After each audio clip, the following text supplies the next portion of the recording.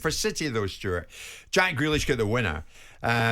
He is back and in amongst the goals. Certainly he was yesterday at Kenilworth Road. On Grealish, before you speak, this was Souness speaking last week. Too many touches. I mean, the way I was coached from some of the best brains that the world football's ever seen was all about getting out your feet as quickly as you can if you can't pass it one touch. And remember the pitches we used to play on. In simple terms, the only people that need time on the ball are the guys who put the ball in the back of the net. The rest of you you're not hod carriers, but a word I can't use. But has the game not changed a bit? In what respect? He takes time to do the right thing. But he doesn't do the right thing. And the stats would back that up. What's your take on Jack?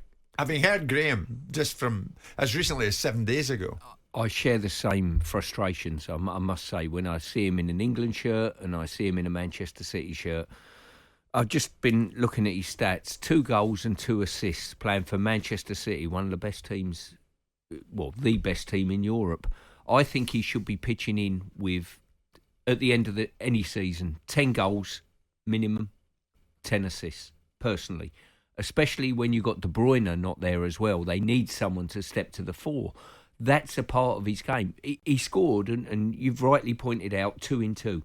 I tell you what, it was fortunate to score, you know. It wasn't a clinical finish. You've gone through the goalkeeper's legs. I don't think he's finished it well, and I don't want to knock him at all, but I think the end product has got to be a lot better. I agree with Suey on his analysis of what you're seeing. There's passing backwards, passing sideways too often. When he goes and takes people on, wow, you wouldn't want to play against him. Yeah. But it's too rare. I watched City take to the field yesterday at Kenilworth Road, Stuart.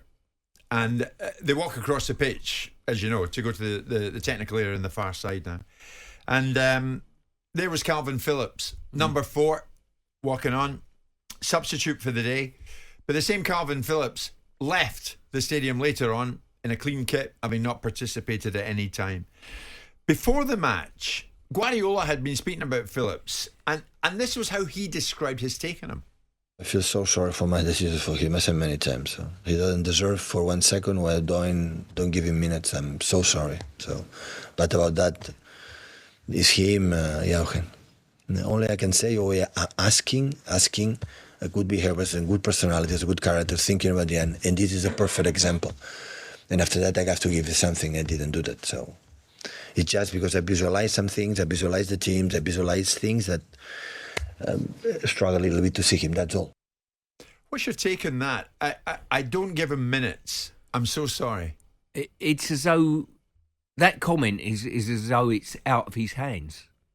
But it's not out of his hands because he picks the team. It's a really bizarre one for me. It's as though I've brought the player to this football club. I thought he was something different to what he actually is. And when he's got here, he's not what I thought he would be, and I can't for the life of me put him in the team because I don't trust him to be part of a team that will get me a result. That's how it sounded to me. So in other words, he's being politely honest about it. That's how it seems. And I think for the boys' point of view, we're coming up to a year and a half now, and he's detraining, if you like. He looks off the pace a little bit when I've seen him play these bit parts in games. And for the sake of his career, I hope that he gets out of Manchester City in the January window for his sake of even staking a claim potentially of being part of an England winning team next summer. Jim White and Simon Jordan. Monday to Friday mornings from 10 on AM, on DAB, via the TalkSPORT app and on your smart speaker.